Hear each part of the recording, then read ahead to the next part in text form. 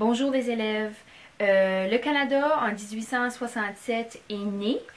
Nous avons vu qu'il y avait des défis politiques, mais il y a également des défis économiques pour ce nouveau pays nommé le Canada.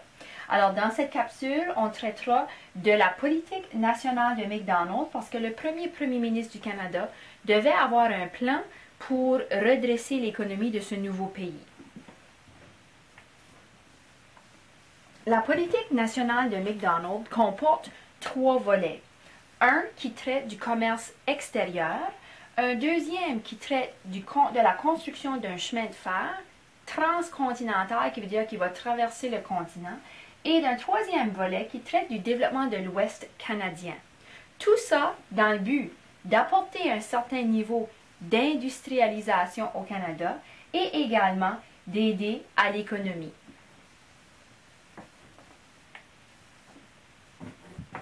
Le premier volet qui traite du commerce extérieur. Et puis on s'entend que ça touche particulièrement les États-Unis. Cette partie de la politique nationale de McDonald se nomme politique tarifaire. Et le mot tarif fait allusion à des taxes. Alors ces taxes, cet argent-là, est appliqué et rajouté au prix des produits qui arrivent de l'extérieur du Canada. On dit que parfois, cela pouvait vouloir dire une augmentation de 17,5 % sur le prix du produit qui arrive de l'extérieur du Canada. On mentionne aussi une augmentation de 25 % sur certains produits et ça pouvait aller jusqu'à une augmentation de 30 %. Tout ça pour rendre le prix des produits canadiens plus compétitif et que les gens choisissent d'acheter le produit canadien, donc ce qui va aider l'économie canadienne.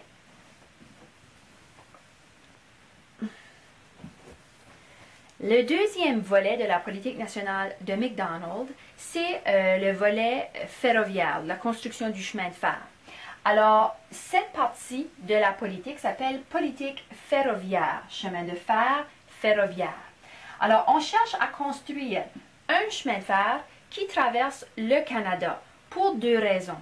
Assurer le transport des gens, des humains qui veulent s'installer au Canada et aussi assurer le transport de la marchandise pour ces gens-là, mais également dans le but de vendre, de faire du commerce à travers le Canada.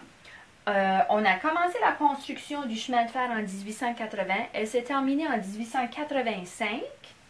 Et ce volet cherchait à améliorer les chances de l'immigration des gens vers l'Ouest canadien et aussi améliorer le commerce, donc améliorer l'économie.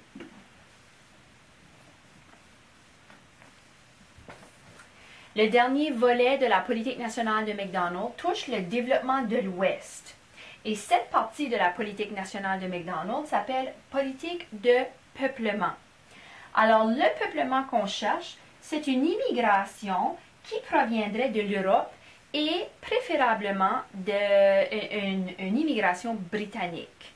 Ce qui s'est passé, par contre, c'est qu'il y a eu une certaine migration des colons canadiens de l'Est du Canada. Ça veut dire les provinces maritimes et aussi l'Ontario.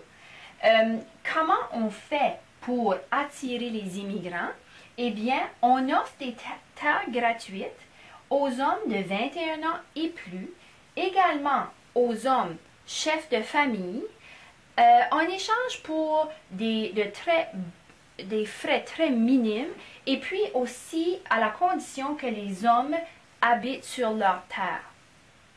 Alors, on souhaiterait qu'il y ait une forte immigration, mais cette partie de la politique nationale de McDonald a connu plus de difficultés, donc c'est plus ou moins bien, parce que à ce moment-là dans l'histoire, les gens de l'Europe et aussi les colons canadiens sont beaucoup attirés vers l'Ouest américain.